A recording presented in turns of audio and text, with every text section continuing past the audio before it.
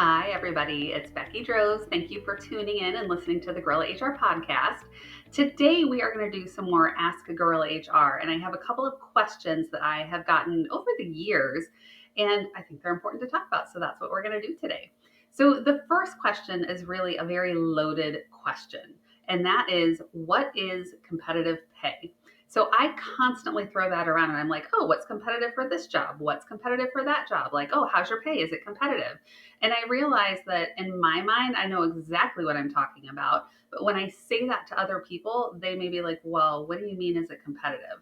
And so as I started to think about it, I realized again, that is really a loaded question.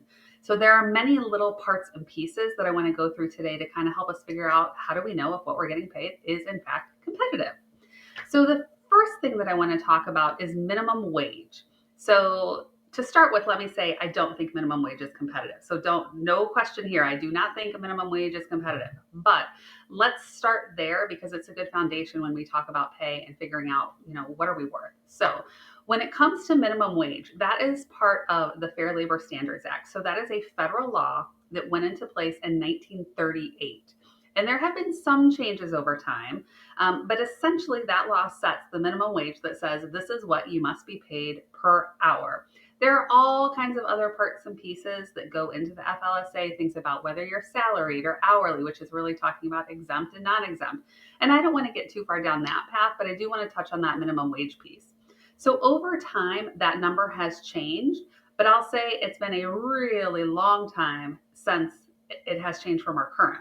So right now, the federal minimum wage is $7.25 an hour. It has been $7.25 an hour since 2009.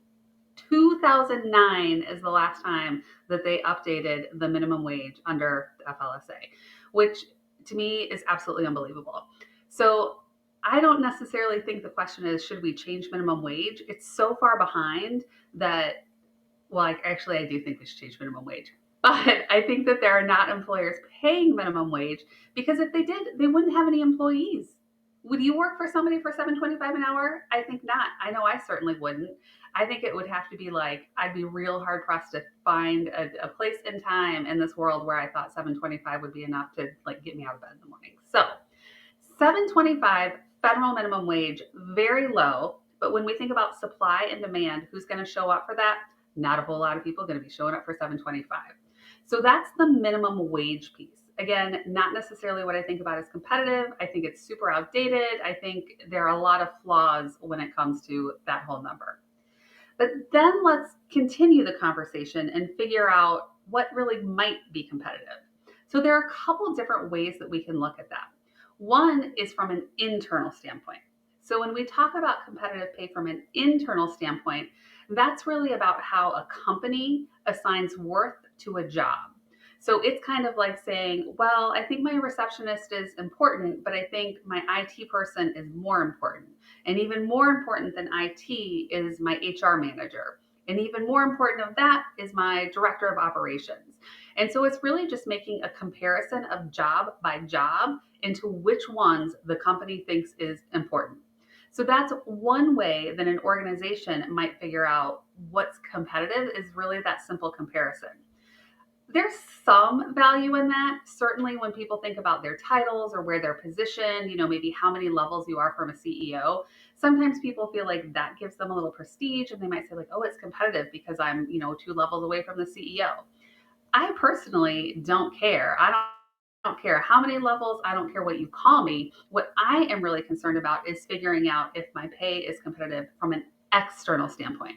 So while internally a company might say, this is a job that I think is most important, I'm going to pay a little bit more. This job's less important, I'm going to pay a little less. I really think it's better to know what would you get paid if you were looking somewhere else. So if you were going to take all your knowledge, all of your skills, and all of your experience, and you're going to go work for another organization, what are you worth? So when we think about external competitive pay, it's really about what does an organization have to pay in order to get somebody in the door and keep them to do that job. Now, to figure out if the pay is competitive, I like to use market data. So this is where I go out and I look at survey data. There's a ton of free crowdsourced information out there. Some of it is okay. If you have nothing, then I might look at that, but it's not statistically sound. It's not validated. So in my practice of comp work, I certainly don't use any of that information. So I'm looking for information about pay that is coming from employers. And so typically what you'll see is employers are contacted by different organizations. It might be an association, it might be a professional group, or they might engage with a company that creates these kind of surveys. So I subscribe to these different data sources. So they might come to me and ask me about pay for my jobs. So they're collecting information from employers, they aggregate it and mix it all together, and then they spit out, based on all of the information that employers told us that they're paying people, this is what the going rate for that job is. So that's one way to figure out what's competitive, is using that data. Now, when you look at that data, there's all different data cuts. We have percentiles, 25th, 50th, 75th, 90th. There's all these different ways to look at it. Averages, weighted average, all these different statistical measures. The one that I like to use if I'm trying to figure out, is this competitive based on an external market, is the median, or the 50th percentile. So that means if that survey owner, the person who's doing their survey, they take all the data that employers reported to them and they line up those numbers from the smallest to the largest, the one that's smack dab in the middle, that is the median, or the 50th percentile. So it means that half of people that are in that job are paid less than that number, and half of the people are paid more. So if I wanted to start with external competition, I would look at that data, that market data, I would look at the median, and then I would compare, how does my pay line up to that median, or that 50th percentile? If I match it and I'm fully confident in my job, I know what I need to do, I'm able to operate independently, I don't need a lot of oversight, then I want to match that median. Now, if you're brand new and you're still just figuring out, like, where do you park, where's the bathroom, like, how do you log into the Zoom call, then you might expect to be below that 50th percentile or median, right? Because you still have things to learn. You're not fully confident yet. However, if you have a ton of experience and you're the kind of person who's coaching others and mentoring others and telling them what to do, you are the one who's like ready for a promotion, then I would want to be over that median. But that's one way to look at the external competitiveness of your pay. So looking at that market data, look at the median, and then figure out how you compare. So I also have a TikTok channel. I don't know if any of you know that. You should look at it. So on TikTok, I have actually had a couple of people who have reached out and asked me, is their pay competitive?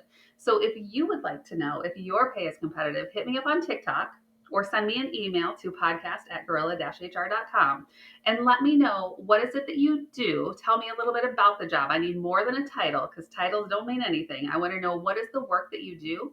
And I want to know what kind of geographic location you're in. I don't need company names. I don't need anything that specific. You don't even have to tell me what you're getting paid. But if you want to hit me up and you want to find out if your pay is externally competitive, do it. I'll pull it up and I'll look at that and I will share that so that you can see, hey, is my pay competitive from an external standpoint?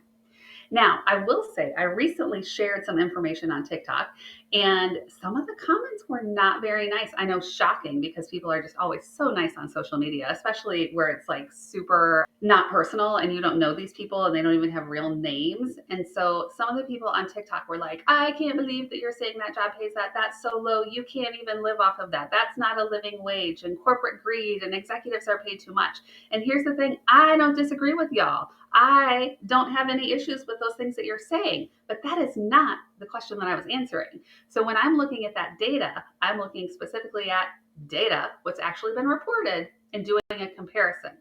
Now, that is different than a living wage. Very different things. So let's talk about, what is a living wage. A living wage is what it takes for a person to get paid in order to be able to comfortably sustain their life. So when we think about that, a couple parts go into it. One is the cost of living. The cost of living is what it takes to buy groceries, pay your rent, childcare, healthcare, all those different things that go into surviving day-to-day life go into that cost of living. That has nothing to do with wages. Sadly, in a lot of places, that's that. They're not connected. They don't go together. We do sometimes see some trailing trends when it comes to labor, but in general, think about, cost of living is one thing and cost of labor is something else. So cost of labor is what it takes, again, to get somebody in the door. What do we have to pay for that job in order to get somebody to do it?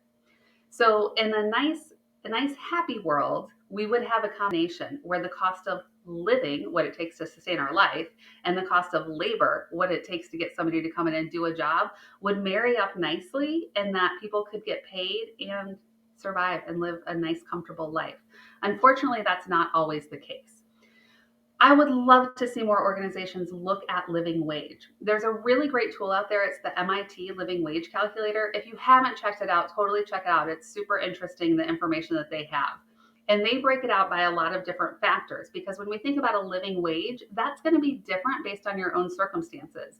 So I'm outside of the Charlotte area. If somebody's in New York City, a living wage in New York City is going to be different than a living wage in the Charlotte area. I'm married, but I don't have kids. Somebody who's not married and somebody who has children, their needs for that sustainable life are going to be different. So, one of the cool things is that in that living wage calculator, they will actually break out some different scenarios. And I pulled a couple numbers just to share with you to give you an idea of what that might look like. So, on that living wage calculator, we can look at the Charlotte, Concord, Gastonia area, and so that kind of geographic metro area, kind of Charlotte and their surrounding cities, in that area, a living wage for a single adult, so not married household, year one, no kids, is $25.21 an hour. That is almost, or actually it is, more than $52,000 a year. So for a single person, no kids, no spouse, you are only taking care of me, myself, and I. $52,000 is what you would need to earn in the Charlotte area to have a comfortable life where you're not necessarily living paycheck to paycheck and you're not worried about the burden month to month. That's a lot of money. That's a lot more than people are actually making. In the same area, so Charlotte, Gastonia, Concord, that whole same spot, if you are an adult and you have one child, you need $41.02 an hour or more than $85,000 a year for a living wage. That is a lot of money. $85,000. So when we think about that and we compare to what's actually being paid, it is really scary. In our area, if we look at that same geographic location and we look at the Bureau of Labor Statistics, in this area, the median wage for all jobs across this area is $23.50 an hour, or essentially $49,000 a year. Let me go through that again. So in this area, according to the Bureau of Labor Statistics, the median, so if we line up everybody who's working, these are full-time jobs, and we line them up smallest pay to largest pay in the Charlotte metro area, smack dab in the middle, somebody's making $49,000 a year. That's what's actually happening. This is reported actual pay data. But if we look at the living wage calculator, it tells us that for a single adult, we need to make $52,000 a year in order to have what we would consider a living wage where we can provide and sustain our life in a comfortable way and not be worrying. So already there's a gap there. 49 to 52, that's insane. That means that half of people in this area are nowhere near a living wage as a single adult. That's not even taking into consideration that this area has more than half people that have spouses and kids and other people, dependents that they're taking care of. So huge disconnect there. Now, to make it even more complicated, then we get into the guidelines around poverty. So when we think about poverty, I am blown away by some of these numbers and guidelines. This is something that I don't fully understand, and I've spent a little bit of time looking, but I went out and I figured out that the Department of Health and Human Services, they set the standard for what is poverty. And it's a national number, so this one doesn't vary by region except for Alaska and Hawaii. But the poverty guideline for one person, so it says this is the threshold of poverty, $15,650. Are you, I think poverty's got to be a whole lot less than that. I don't know anybody who could live anywhere on $15,000 a year. I don't understand. So this is how we end up with the whole concept of working poor, right? We have people who are not in poverty. They're making more than $15,650, but they're nowhere near that living wage. And so this is where we have this huge disconnect and this huge gap. So to come back to the original question of is this pay competitive? The answer is, well, it depends because there's so many different pieces. Is it competitive against the fact that you're above the poverty guideline? Okay, that might be one thing, but that's probably still not a comfortable life. I know for me, looking at that, I don't know how anybody can live off of that. To me, that number should be a lot higher. But again, I don't understand all of the things around that poverty guideline. I know that's part of what is used in determining various programs and social support networks and things like that. So I don't, there's more there, but to me, that number is still too low. Period. I'll say that. So then we have, again, we got poverty. So you might be above that. You're competitive. Then we have externally in our area, again, the median 49,000, but according to MIT, comfortable wage is going to be 52 for a living wage, a lot more if you have dependents. That's one piece of it. Then again, we have that market data. What are you actually getting for that job? So all of these pieces work together to answer the question of, is this competitive? I think that when we evaluate it, we do have to look at all these different factors and pieces, including the internal piece, because honestly, let's be serious. We care about pay equity. We care about what the people around us within the same organization are making. You might be in a position where you say, hey, I'm way more valuable, but you know that somebody else is making more money than you, and that might make you salty. And I know I've certainly been in that position. I had peer managers that were managing different functions, and I had HR. And for some of them, I thought, you're no more valuable than I am, but I knew that their pay bands were higher. I knew that they were making more than me. And man, that really frosted my cookies, because that internal equity, that is it competitive? It certainly wasn't. Now, my pay was competitive externally, whereas if I wanted to leave and look at a different job, I would probably make about the same money as if I were still there. So that is the long answer to, is your pay competitive? Again, if you want to know from a market standpoint, is your pay competitive? Hit me up. I will happily let you know. And I'm doing it for free. So that's the real perk there. In my work, I usually work with employers and individuals and help them figure out, is their pay competitive from an external standpoint? However, if you hit me up on TikTok, I'll hook you up with some free data. So let me know. I'd love to hear from you. Thank you for listening to the Gorilla HR podcast. I hope that I've helped answer your question about competitive pay, and I would love to hear from you and hear which other questions are. That's it for this episode of the Gorilla HR podcast. We hope you found some unconventional wisdom and actionable advice to help you in your own HR journey. Remember, we're all working together to build better workplaces. Want to join in the conversation? Send us your questions, stories, and maybe even your own guerrilla tactics to podcast@gorilla-hr.com. And if you enjoyed the show, please like, subscribe, and share with your network. Until next time.